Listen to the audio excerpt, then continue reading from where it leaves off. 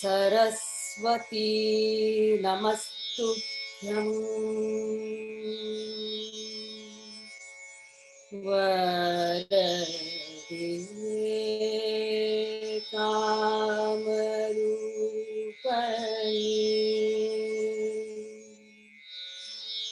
Vidyarambham Karishyami Siddhirbhavatu me sada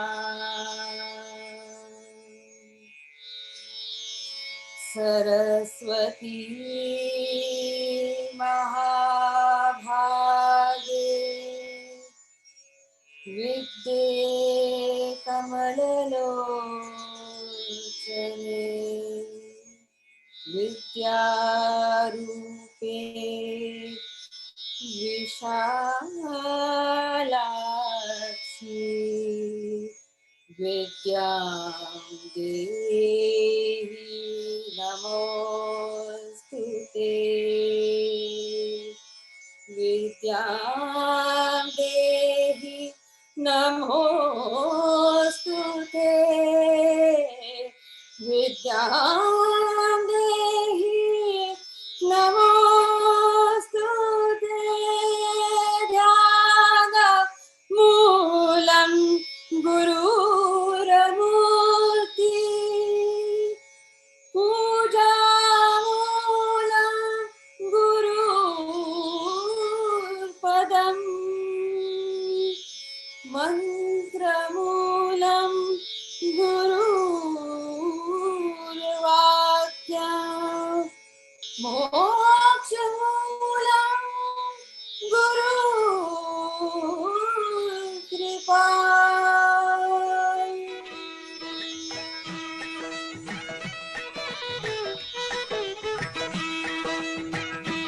Beautiful. Thank you so much. बहुत अच्छा लगा. Thanks Veena, thanks Preeti, and I request Acharya ji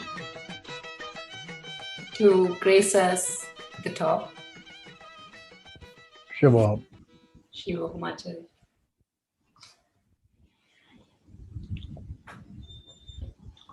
Thank you, Veena. Thank you, Preeti, and thank you, everyone.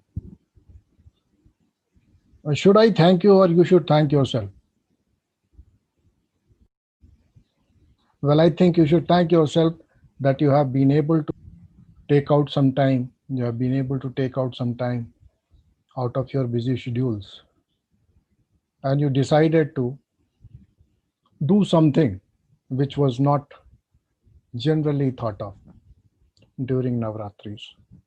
So thank you so much for all of you being here. And this Navaratri, as you all of know, is celebrated twice, which is open. Generally, you people will be knowing there are two Navaratris, which is one in the beginning of the year and this one toward the end. But there are two more Navaratris, if you people know. They are known as Gupta Navaratris. Gupta Navaratris are also in the numbers 2. Okay. So therefore you have 4 Navaratris. Okay. Now let me further surprise you by telling you that each of the paksha, or what we call the lunar half, there is dark fortnight and there is bright fortnight. Each of these can be treated and can be celebrated as a Navaratris. So in this way, you have 24 Navaratris in a year, sometimes even more. Like this year, we have Purushottam Mas. So we have two more Navratris, right? Why it is being said, or why it is being recommended that each fortnight be celebrated as festival of Shakti? Only because Shakti is the principle through which this world operates. Only because all your life, what are you trying for? You're trying to gain more and more power, right? More and more capacity. For what? Although all your endeavors probably would be towards attaining something material, but in fact, what are you trying there by is actually trying to attain the Shakti of Shiva through all your endeavors, which is known as Ananda Shakti. So all of you are aspiring to be one with the Shakti principle. You would say there is one more Shakti, Chit Shakti, Anand Shakti, Kriya Shakti, Jnana Shakti, Iksha Shakti. Therefore, we will have five. But you look at it, Sat is the essence in you which is never perturbed, right? It is the same essence which is witness to every action, every emotion, every endeavor, every success, every failure. It remains untouched. That is the Sat principle, or Purusha principle, or Shiva principle, or Brahman principle in each one of us. What changes is Shakti. What changes is Shakti. What brings about change is Shakti. You can actually look at your own life and you would find that more Shakti you have, more you have gotten the capacity to bring about change outside and in yourself. So, therefore, Shakti becomes so much important. Now, there is a whole system of Shakti worship, and there is a whole sect, you can say, Sampradaya, which you can say, who takes Shakti as its central deity. We are belonging to that path, and this path is known as Shaktism.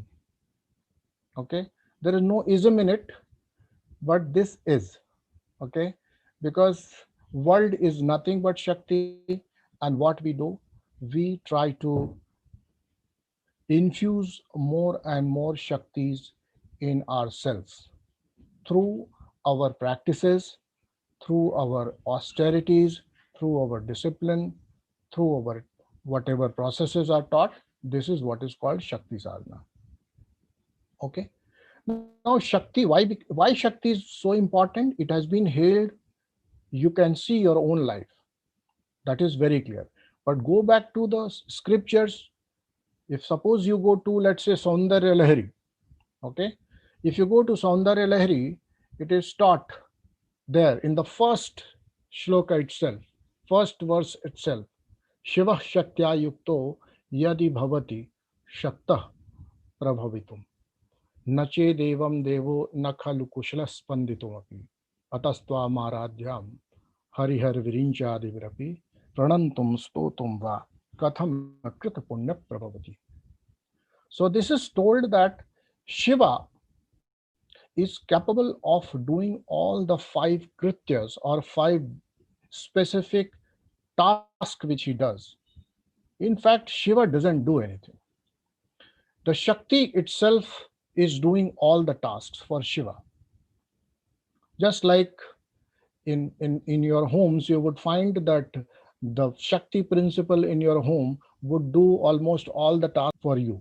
In the same way, as a very devout partner to Shiva, Shakti takes all the tasks in her hand. And without Shakti, which is represented by E principle, let me tell you, every principle of this whole world can be summarized in 51 syllables.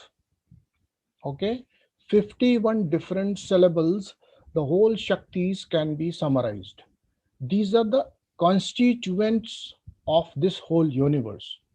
And this 51 is also represented in our system of pilgrimages. You must be aware. There are 51 Shakti Pithas. And there are, by the way, 51 letters of Sanskrit language as well. They are the representative of the Shakti. You would say why each and every letter has been given so much important and so much importance that it has been called Shakti in itself, a representative of Shakti or a manifestation of a specific Shakti. Now, you can understand even now, whatever I am conveying to you is going to you only through these letters. A human is human because of his own capacity to recognize, to have wisdom, have certain contemplative powers, ability to plan things out. That is why a human, so called man, is man. Correct? And man's most important aspect is the language. Correct? The language is the tool through which you drive this world. Only through your language you can drive this world. Look around and you can see clearly. People who are able to use this faculty of speech well, they have power, they have authority, they have fame, they have even so-called love and affection of people. And even if you don't use it well, it can also give you all the opposites. But any activity, positive or negative, the one which gets appreciation or which is ridiculed, is created by these Shaktis. Okay? So this is why it becomes important for us to focus on the Shakti aspect. What we can do for our own existential aspect, nothing.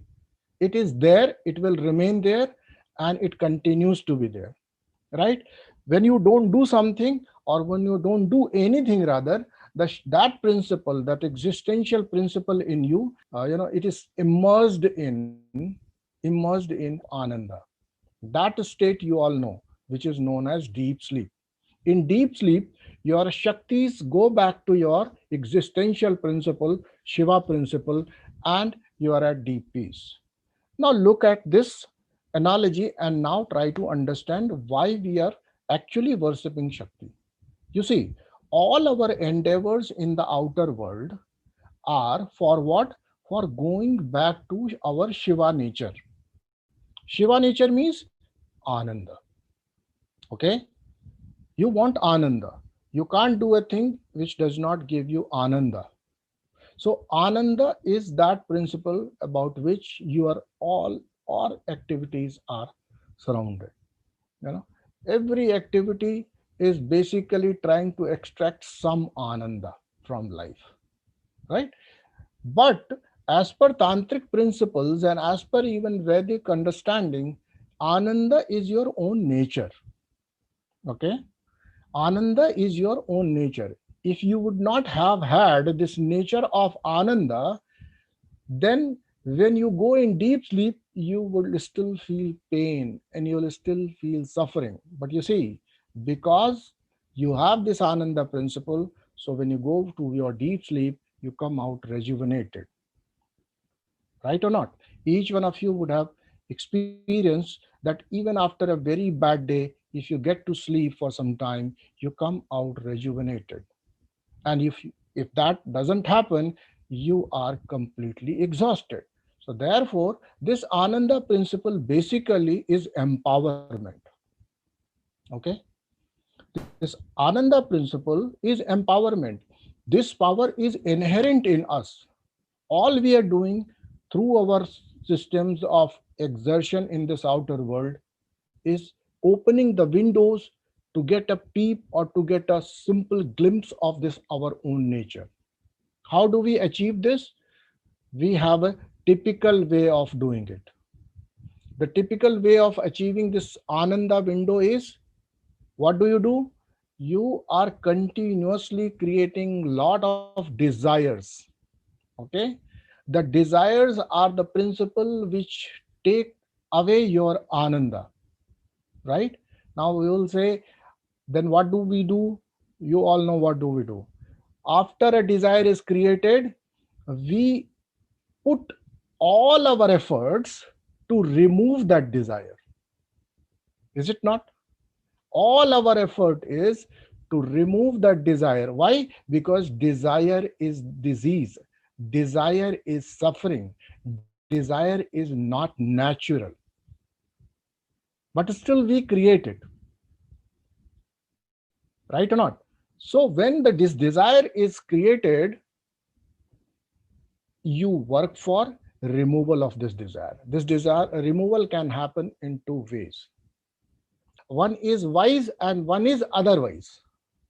Okay, the wise is you stop the longer journey, cut it short, remove the desire right there when it is produced, seeing the futility of it and seeing this whole system around you, that people who have done things for years and years, even after completion of their desires, they are still there.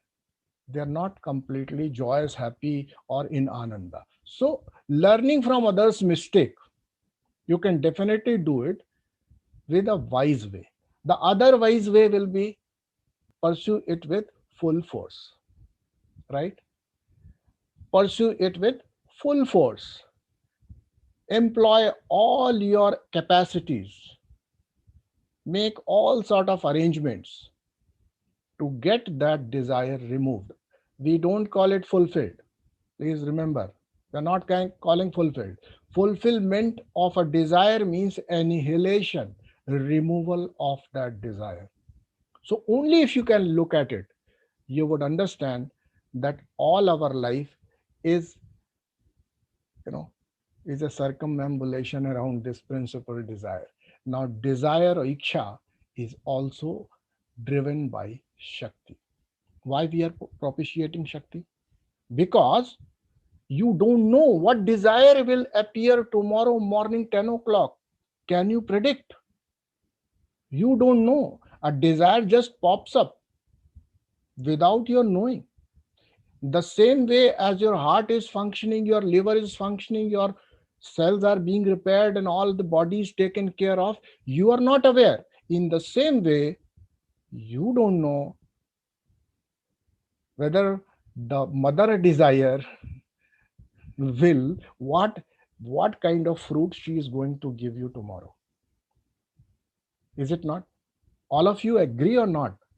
See, I talk in this way only. A dialogue. It is not one way. I'm not doing a webinar. Okay. A webinar would have been much easier to do. But look at it. We are doing a two-way communication here. So you all agree on this probably. What is happening?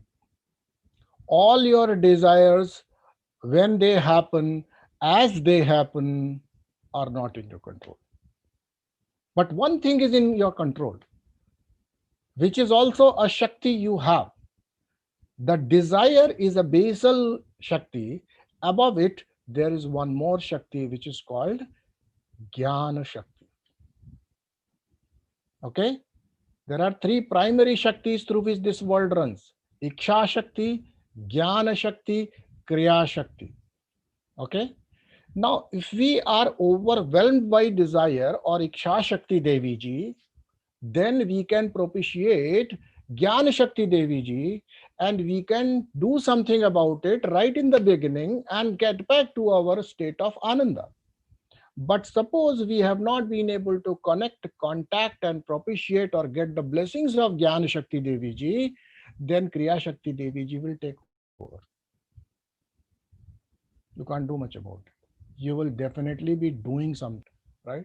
Even while you doing it, you are pursuing it, sometime in some odd moment or even moment, whatever moment, in that auspicious moment, if Jnana Shakti Devi Ji gets, appears there, you may see the futility of your pursuing of your desire, and the Kriya Shakti will be subsided. Jnana Shakti becomes dominant. You go back to your Iksha Shakti, and then Iksha Shakti merges in Ananda Shakti. Right? This is our life. how much control we have got on all this? Look at it, then only you will understand why we are actually propitiating Shakti principle. Why we are, we are going like folded hands. Ya Devi Sarvabhuteshu, Jnaninam Api Chetansi, and all this we are doing. We are with folded hands we are doing. You see, and some people may not agree that we should not approach God with folded hands and in a deen bhav, in a very, very feeling like helpless. But you are helpless. Recognize it. You are helpless. Acha, tell me how many of you are actually having power to control the simplest things which are happening in your body. Your heart is running. Currently, your heart is running. Each one, you please check. Your heart is running. Running. Okay. Check it. Check it. Heart is running. Okay. Are you running it? Are you running it? Oh. Do you have any control on it? Helplessly, you watch it running. Helplessly, you watch it stopping. You call yourself powerful? Okay. The digestion is happening. The removal of toxins is happening. Your body is sustaining itself, doing thousands and thousands and thousands. Let's say millions of works it is doing. Are you doing? No. It's happening by itself. And you are there just watching it. And you feel that you are in so much control. And I in my talks, these people, some of these are very, very, adamant people. They keep coming. They come almost every week to get this gyan. They are so either thirsty or so dumb. I don't know. They need to decide about that. You see, they keep coming. And each time I tell them, only few things which you have control on. These two limbs which take you around, that is your feet. Two limbs through which you do anything, these are the two. And other, this tongue. And then further, one is called intellect. These are the only things on which you have direct control. Other things are being run by Ma Bhagavati. Recognize this first. Then only you will be able to surrender to this Shakti principle. If you think you are powerful enough, if you still think that, yeah, you have got control on life, you have got control on the way life is happening in this body, Shakti propitiation is not needed. You are superhuman already. You don't need Shakti sadhana. So how many of you need Shakti sadhana? Now let me get a poll. Please raise your hand. Mamta, I can't see you. There may be others also. Yeah. How many of you need? Abhishek, Prakash, Malti, Smita, Sahib Rao, Mamta. I can't see you people. So please raise your hands. Yeah, good. Okay. Technology. Raised hand. Okay, Jyoti. So all of you, did I persuade you? Did I persuade you? Did I push this principle down your throat? I only showed you the reality. The reality is that your life is not happening under your control. If life within this framework is not in your control, now let me further remind you. If life which is happening within this framework of body, mind, and whatever all we have is not happening in our control, are you sure life is happening under your control outside this? If the closest things are not in your control, they are beyond your control, they are happening by themselves. So do you think that when you get a profit, loss, good news, bad news, somebody attacking you, somebody praising you, is it in your control? Logically think and then try to understand. Okay. So if within this framework,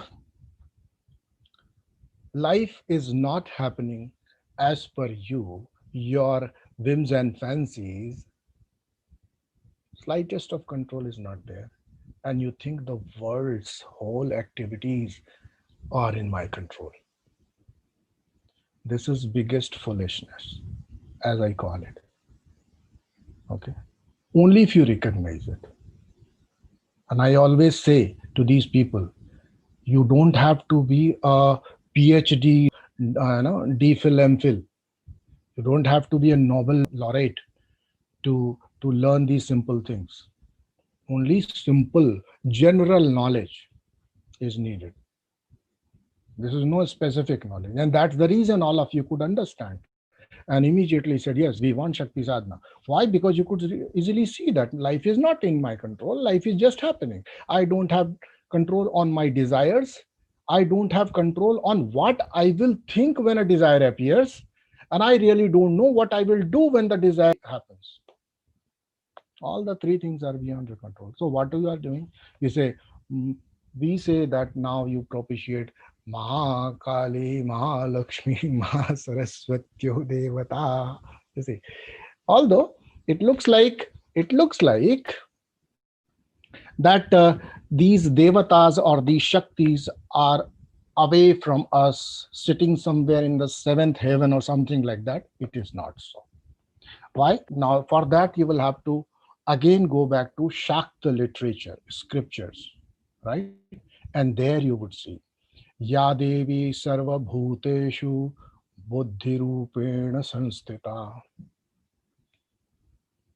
Ya Devi Sarva Bhuteshu Trishna Rupena Sanstita. Ya Devi Sarva Bhuteshu Shanti Rupena Sanstita.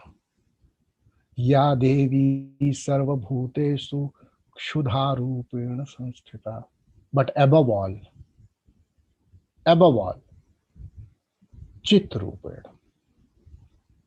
Whatever is happening in your personal universe or outside collective universe, this all is actually getting reflected at your Chitta. Chitta means undisturbed mind, the mirror on which this whole world reflects, not only as image, fivefold. All the five things reflect there. What are those five? Shabda, Sparsha, Rupa, Rasa, Gandha. If you don't understand Hindi, then I'll tell you. The sound, the touch, the vision, the taste, and smell. So five things combined in such a way that they make some meaning to you. These five coming together make some meaning to you, right? And that is why this whole world is known as Prapancha. Okay, Prapancha is specific combination of five. Pancha means five. Prapancha means special five. Okay, so at your Chit Shakti, everything is happening, and whole purpose of our life is to improve the experience which is falling onto this Chit. Right now, Chitta. Whatever life we are going to experience will fall on our Chitta. Even that Chitta which we carry is a Shakti. Please understand.